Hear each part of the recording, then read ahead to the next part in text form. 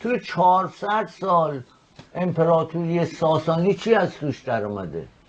اگه روم معنایی داره دقیقا به خاطر یه سنا داشت که حتی جولیوس سزارش هم موقعی که گل زیادی خورد روم، جمهوری روم تبدیل کرد به سلطنت زدن کشتن. پس یه آدمایی بودن که درسته نه برای مردم عادی، دست کم برای اشراف یه حق قائل بودن غیر از حق حاکم. مال ما که آقای اردشیر رو نمیدونم خاندانش اصلا ساختن دولت مذهبی و استبداد دینی از ما در آمده. ساسانیا در واقع الگوی خلافت اسلامی بودن. باز اقلا چه میدونم هارون الرشید و امویان و عباسیان باز بهتر از ساسانیان بودن. من شما نکات منفی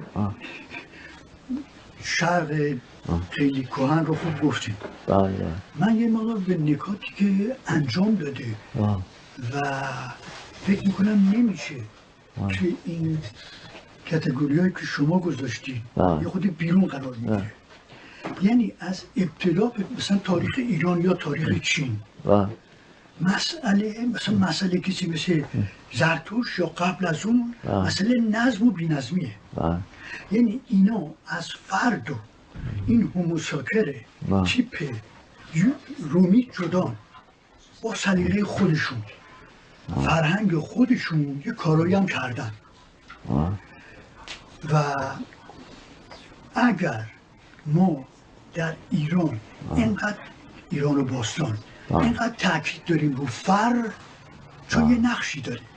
یعنی شاید همین رازی که آقای اگامبن داره میگرده پیدا بکنه که به عنوان راز حاکمیت بده، مثل مارکس که سعی کرد بهتر از من شما میدونید راز اقتصاد سرمایه‌داری رو بگه و ارزش اضافی و 25 سال وقت گذاشت.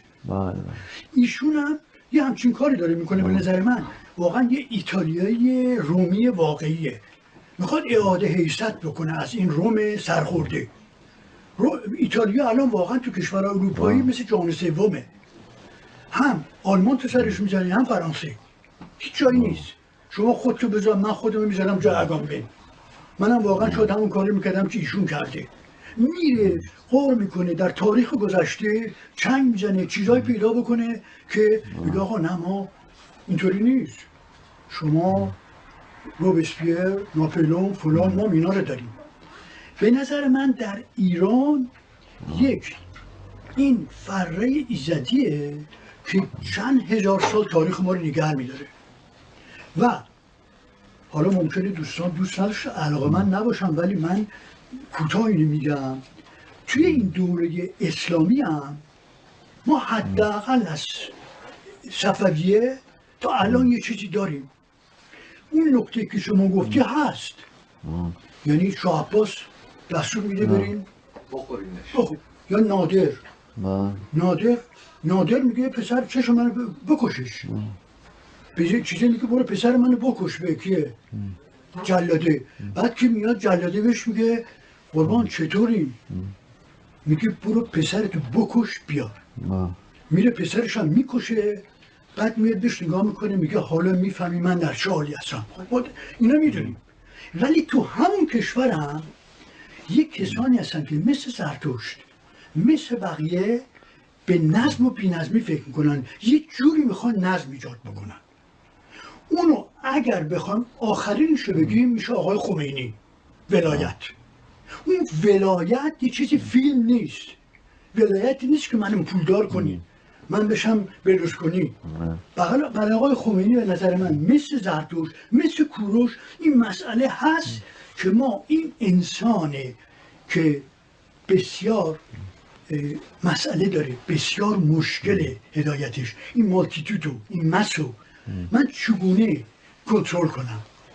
سلیقه هایی که زدن و به نظر من درونیه و اتفاقا خیلی هم به درد آقای اگامبن میخوره و به نظر من این کتاب 2016 یه مقدار اومده، چون تو کتاب میدونید هست Kingdom and Glory، Reine، la reine et la gloire. خب اونجا خیلی همش اومده توی، خب اینو ما تو کشور ما اینا 3-4 سال سابقه داره. به نظر من یه علتی که ما به این وضعیت رسیدیم اینه که به این داده های که خودمون بخشی از اجدادمون بهش رسیدن بی توجه بودیم. یعنی این داستان آقای خمینی یه کتابی داره 1928 نوشته، اسمش از شرح دعای سحر. تو این توضیح میده، میگه مسئله مرکزی تو اسلام نه توحیده، نه نبوته، نه معاده، ولایته. ببینید یک ایدئولوژی روشن داره، یک جهانبینی روشن داره که چگونه میخواد نظم رو تو این جهان، همون نقطه که شما میگی دیوار بکشه، دیوارش اینجوری کشیده، نه با اموساکر. حالا آیا شما فکر میکنید این ولایت یا اون فر ایزدی میگنجه یا این که باید ادغام بشه توی این هوموساکر یا نه یه چیزی جدا از اون ما بهش بی‌توجه بودیم؟ یعنی شما به مسئله سرمایه توی ایران خوب اشاره میکنی یا اینکه فقدان فئودالیسم، ولی اون چیزی که بوده و اصلا نگه داشته اگه اینقدر واقعا مصیبت بودی اصلا نمیتونه بمونه. یه تمدن نمیتونه این همه طولانی باقی بمونه. آقای اردشیر درازدست یه چیزی داشته، یعنی طرف هم موبده هم جنگجو، یعنی دو تا از اون چیزایی که تو تاریخ هند و ایران هست و آقای یه مقدارم دومیزیل میگه داره. آقای خمینی فقط موبده، اون ببینید دوتا رو داشته، یعنی دوتا مرجعیت داره، دوتا اقتدار داره. با این اومده ایران گرفته، با این روحیه‌ای که داره به ایران نظم میده. حتی خوب میدونی زودتر هم حکومت ول کرد، قبل از اینکه بمیره حکومت ول کرد، در دست پسرش گفت من باید برم به اصطلاح مسئولیت تدوین دکترین، عقاید، ایدئولوژی به عهده بگیرم. و این عاملی است که به نظر من همواره در ایران بوده، بهش بی‌توجهیم. از 3000 سال پیش حساسیت به این مسئله بوده که بعداً اسمش میشه ایدئولوژی، ولی اون موقع اونو دارن وگرنه نمیتونه. ببینید هیچ دفعه ما خلأ نداشتیم. در مصر 800 سال طول کشیده میراث اسکندر، در ایران 80 سال. چرا؟ چون یه چیزی داره که میتونه مقابله بکنه با اون کسی که از خارج اومده، با یک پیشروی نظامی، با یک ماجراجویی و یا ابتکار و جسارت نظامی گرفته، ولی این یهو میاد تو عرصه ایدئولوژی، تو عرصه سوفت پاور، تو عرصه نرم افزار و دوباره زمینش میگیره. میاد امروز 45 ساله ما داریم با این به اصطلاح کارهای بزرگی که در جهان شده میخوایم سعی بکنیم بگیریم تا حریف این پدیده بشیم. ولی به نظر من خود اینا که تازه آگامبن به نظر من خیلی بهتر از بقیه است. کسی مثل آقای هابرمس هیچی نفهمید از ایران، آگامبن یه خود فهمید و اتفاقا داره غیر مستقیم میگیره که یه جوری از نظر من این کشور و فرهنگشو که داره واقعا زیر دست و پای افتاده، زیر دست و پای آلمان و فرانسه و احتمالاً انگلیس، اینو نجات بده.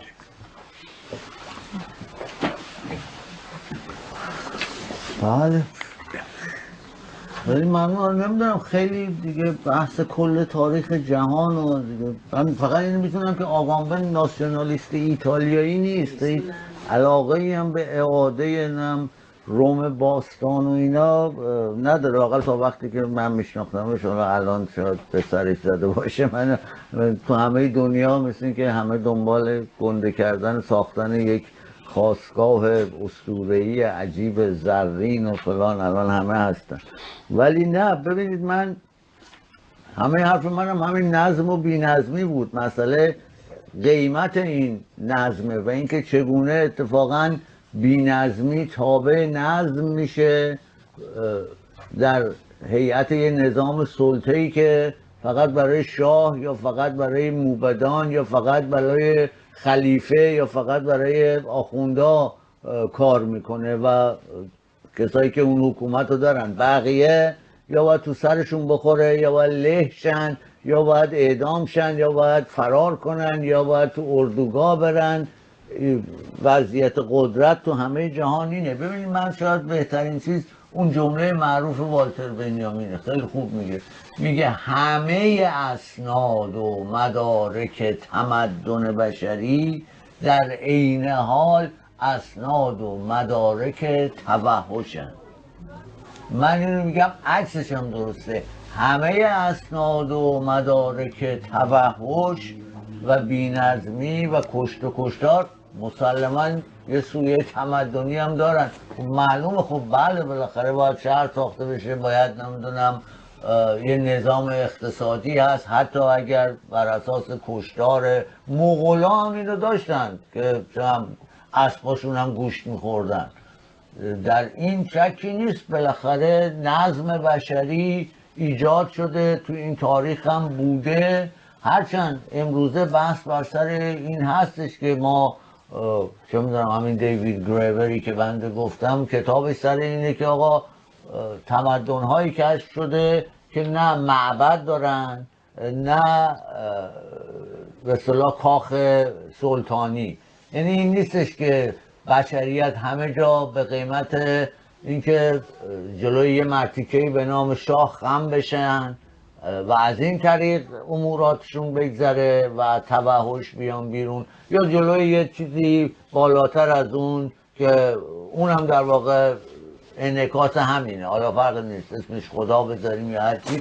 یعنی اینکه بشریت بله همیشه قیمت پرداخته برای تمدنش و این قیمت چیزی نبوده جز نظام سلطه و همیشه هم فرودستان قیمت این قضیه رو پرداختن، ولی به نام اسکندر و اکس و ایگرگ و فر و نم فلان و همینطور به نام خدا و خدایان تموم شده، در حالی که اون نظم، اون کانال آبی، اون نمیدونم گندم که میکاشتن، اون دیواری که میکشیدن نمیدونم کویر گسترش پیدا نکنه، اون قنات، همه اینا رو مردم بدبخت عادی انجام دادن و آدم های درخشانی که میدونم که اونا هم تابع قدرت و فلان نبودن، بلکه اونا هم از ارشمیدس تا خود اینشتینش قربانی این سیستم های سلطه بودن.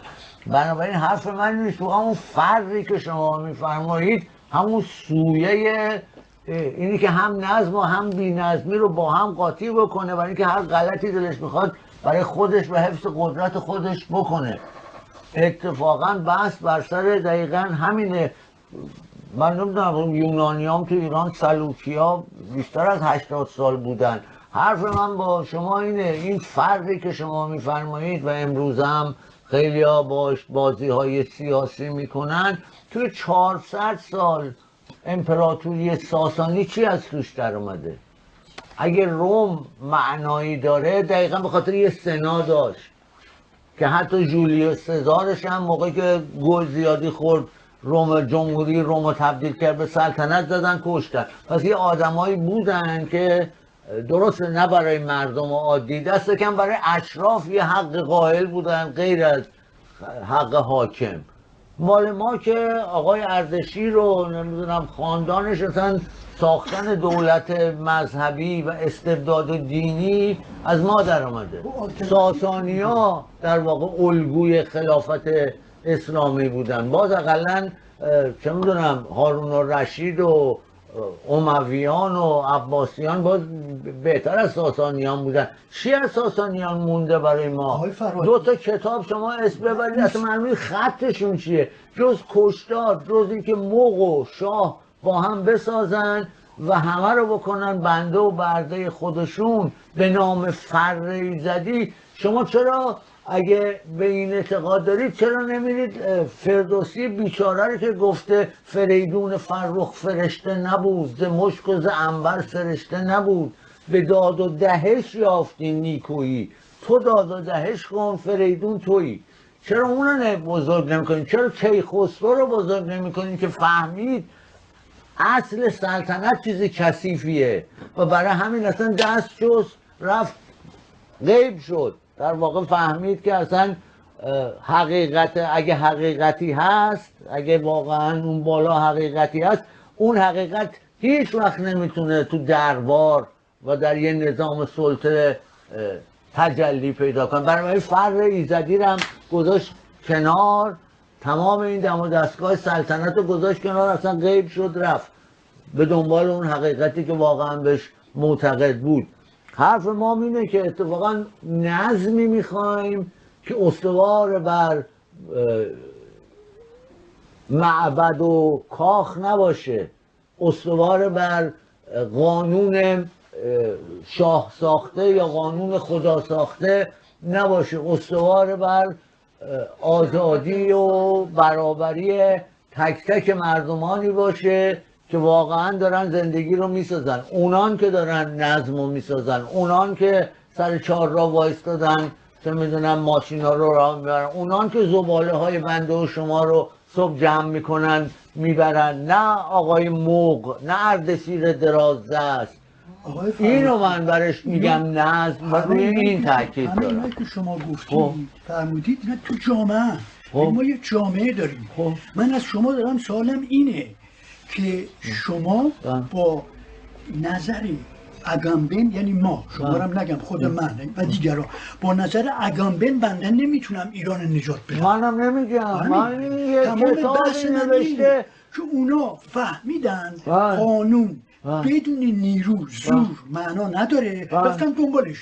ما فکر میکنیم اگر حرف زیبا بزنیم میتونیم نه روشن کنیم. فرق این دوتا اینه، اون ور یعنی تو اروپا که من طرفدارشم و حتی میگم یوروسنتریست خودمو میدونم، قانون و زور با همن.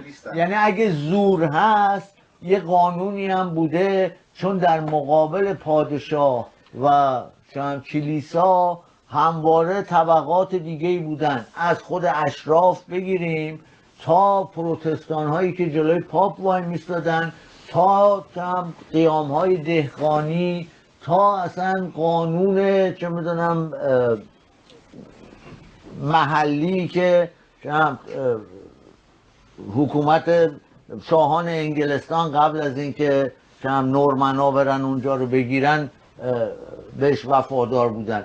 یعنی سیستم اروپایی همیشه متکثر بوده، بنابراین اگرچه مبنای قانون اینجا هم زوره، اگرچه اینجا هم نهایتا نظام سلطه حاکم بوده، ولی اگه دموکراسی هست، اگر توش مارکس میاد بیرون، اگر توش جنبش کارگری میاد بیرون، به خاطر اینی که متکثر بوده. جلوی اون فر رو، جلوی اون کلیسا همیشه کسای دیگه بودن. فرق شرق یا ایران ما با اینجا اینه که اونجا فقط زور بوده، یعنی نه قانون بوده، نه امکان مقاومت، نه نهادی که جلوی چه میدونم فقیه وایسته یا نهادی که جلوی شاه وایسته.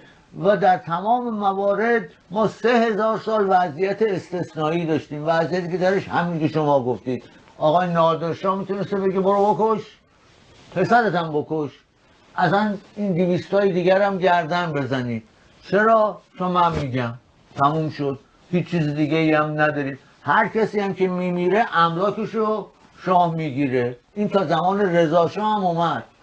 یعنی حتی مالکیت مقدس، اصل مقدس مالکیت خصوصی هم در ایران تابع قدرت دولت و حاکم بوده. الان هم که دیدیم که این تابع اصل مقدس نماز هم شد، یعنی حاکم نماز رو هم میتونه لغو کنه، روزه رو هم میتونه لغو کنه. در این حقیقتی هست، بله، همه حقیقته که پشت قانون، چه شریعت چه قانون مدنی زور خوابیده. این رو آقایی که اومدن و انقلاب ما رو به اینجا رسوندن این رو خوب بیان کردن. بله، اگه ولایت اصله، اگه نه نبوت معنا داره، نه توحید معنا داره، نه مواد، خب بله، تمام تاریخ زوره، ناب و خشونت، تمام تاریخ چنگیزه. من یکی خوشبختانه فکر میکنم غیر از چنگیز و زور ناب چیزای دیگه ای هم هست، به ویژه تو تاریخ اروپا، به ویژه تو تاریخ غرب برای همین هم هست که اینجا سوسیالیسم معنا داره، اینجا دموکراسی هنوز یه معنایی داره و هزاران چیز دیگه. کاری ندارم که اینجا هم در واقع حکامش دارن لهله میزنن که اینجا رو تبدیل بکنن به چین یا به همین حکومت ایران، هیچ فرقی نمیکنه. ولی مردمش لااقل هنوز این چیزو دارن که اینجا و اونجا مقاومت کنن. برای همین برخلاف حرف نام دولتاشون، مردمشون میگن آدم نکشید تو غزه. مردمشون میدونن اونجا داره نسل کشی میشه، میان تو خیابون و اینم میگن. تو کشور ما انقدر قضیه فر رو همین قداست حاکم گنده شده که وقتی حاکم به خاطر منافع خودش از یه عده‌ای مثل فلسطینی‌ها حمایت میکنه، مردم انقدر نفرت دارن از حاکم که اصلا حقیقتا فدا میکنن، میگن گور بابای فلسطینی‌ها. چرا؟ چون حاکم ما داره ازش دفاع میکنه. کاری نداره که این فلسطینی قربانی خودش عین خودشونه. به خاطر چی؟ به خاطر همین نفرتی که از این قدرت بی حد و مرزی که هیچ منطقی نمیشناسه و فرقی هم نمیکنه سرش تاج باشه یا یه پارچه دور سرش بپیچه، همش به نام فر ایزدی حکم کنه یا به نام خلافت نام فلان. این اون چیزیه که اتفاقا الان زیر سواله و من فکرم اینه که این اتفاقا نه نظم میسازه نه تمدن، این نهایتا فقط سلطه میسازه و بس. پرسش من آقای فرهادپور اینه که چرا این مردم ایران اینطوری بودن؟ حالا من اون رو دیگه نمیتونم که یه ساعت در این حد مثلا بتونم بررسی کنم، ادعاشم ندارم، جوابشم در واقع نهایتا فکر میکنم خود اون مردم باید پیدا کنن، چون نه من نه هیچ کسی دیگه نمیتونه به نام چه میدونم پروفتیزم. حالا سوال خسته نباشید. یه خاطره‌ای بگم برای اینکه یه مقدار جو جلسه. من تو دوران جوانی، دوران بچگی که اوایل انقلاب بود، طرفدار یه گروه چپ بودم و وقتی اعلامیه پخش می‌کردیم، حوزه پخش اعلامیه اون اطراف بازار تهران بود، جایی بود که اون گروهی که من براش طرفداری می‌کردم چندان دوست داشتنی نبود و بلافاصله به کتککاری و دعوا و کتک خوردن می‌رسید. وقتی برمیگشتم دانشگاه و با مسئول خودم صحبت می‌کردم، میگفتم که مثلا ما رو زدن، امروز لباسامونم پاره کردن و فلان و اینها، حالا شانس آوردیم مثلا به دستگیری نرسید. بعد میگفت گزارش بنویس. بعد من گزارش می‌نوشتم آره اینطوری شد، مردم ما رو زدن. میگفت نه نیست مردم. اینا مردم نبودن. اون منطقه سرمایه‌داری، منطقه بورژوازی، اونا شما رو زدن. گفتم نه اتفاقا صاحب مغازه‌ها میومدن ما رو میذاشتن نزنید. اونایی که ما رو میزدن شاگردا بودن. میخواستم اشاره کردم به این خاطر، به خاطر اینکه در واقع اون تحلیلی که از اقتصاد، تحلیل فلسفه سیاسی مارکسیستی میومد با اون چیزی که تو زندگی حس میکردیم در تطابق نبود. یعنی من خودش رو میتونستیم مسئول من بکشه، من متوجه میشدم که این ارتباط وجود نداره و قاعدتاً اون ایمان و پشتکاری رو که باید گذاشت پشت حرفاش براش قائل نبودم. الان حرفایی که شما میزنید در رابطه با بازگشت به مثلا همین مفهوم ادغام یا انزوا، دقیقاً چیزی بود که بعداً من توی زندان این رو احساس کردم. یعنی که کاملاً احساس کردم که یه عده‌ای هستن یک دری گذاشتن و ما رو از اون در گذاشتن بیرون. هیچ گونه معوا و پشتیبانی هم نداشتیم. این به نظر من همون احساس این حیات برهنه، این حیات آموسکره که اون احساس این بی پشت و پناه. میخواستم بگم که اشاره کنم که در واقع این مفاهیم که شما مطرح میکنید با اون تجربه‌ای که من داشتم، تجربه زیستی خودم، کاملا جور در میاد و خواستم اینو بهتون بگم که نشان دهنده این باشه که این کارها چندان بیهوده هم نیست. خواهش میکنم موفق پیدا باشید. نه در این که به هر حال شما برای منم سعی کردم تاریخچه کتاب رو از 1384 رو آمدن احمدی نژاد و پایان ماجرای اصلاح طلبی و اینا بگم، برای همین که بتونم نشون بدم خب بله میشه نقد کرد، میشه در واقع تغییر ایجاد کرد، میشه از یه جای دیگه ای نگاه کرد و تا حدی فهمید به قول شما نزدیکتر شد به اون واقعیت بدون حالا میانجی این چهار تا اسم و حالا اون منطقه بورژوازی و این هم توهماتی که حالا اون موقع تو ذهنشون بوده. ولی در این حال هم از یه فرد یا یه کتاب یا حتی یه جریان نمیشه توقع داشت که نسخه نهایی بنویسه برای حل همه مشکلات همه مردمان جهان. و این دیگه کاریه که خود مردم باید بکنن با همه پیچیدگی‌هاش در طول یه زمان طولانی، با درس گرفتن از تجارب قبلی، 10 بار زمین خوردن، دوباره بلند شدن، به هر حال یه تاریخی بسازن، یه سنتی بسازن، یه چیزی که حفظ کردنش ارزش داره بسازن که حالا شاید اصلا نسل‌های بعدی به اتکای اون سنت یا اون جریان اونا بتونن حالا شاید بخشی از قضیه رو حل کنن. ما مثلا هیچ موقع واقعا فکر نمی کنیم قرار برسیم به یک جامعه بری از هر گونه مشکل، بری از اون در واقع یه جور شبیه همین یه جور جهنمی خواهد شد که درش همه مثلا رباتن و به همین علت هیچ مشکلی دیگه نیست.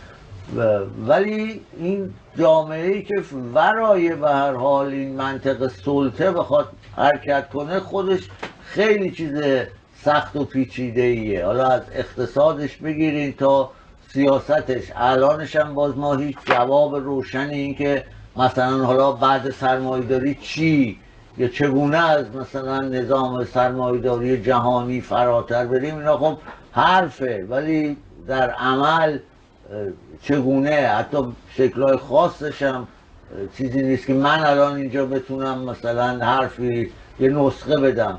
نه من آگامبن و 100 تا آگامبنم بذاری نمیتونن نسخه بدن. این چیزی که و برای خود مارکس هم به قول معروف کمونیسم میگفت یه جریان واقعی در دل خود جامعه برای تغییر این جامعه، نه جریانی که حرفای من رو دنبال میکنه، نه جریانی که این نسخه رو دنبال کنه. نسخه رو خود اون جریان میسازه و خب البته همیشه این ممکن است که نتونه بسازه.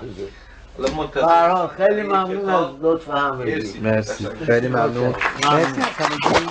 مرسی.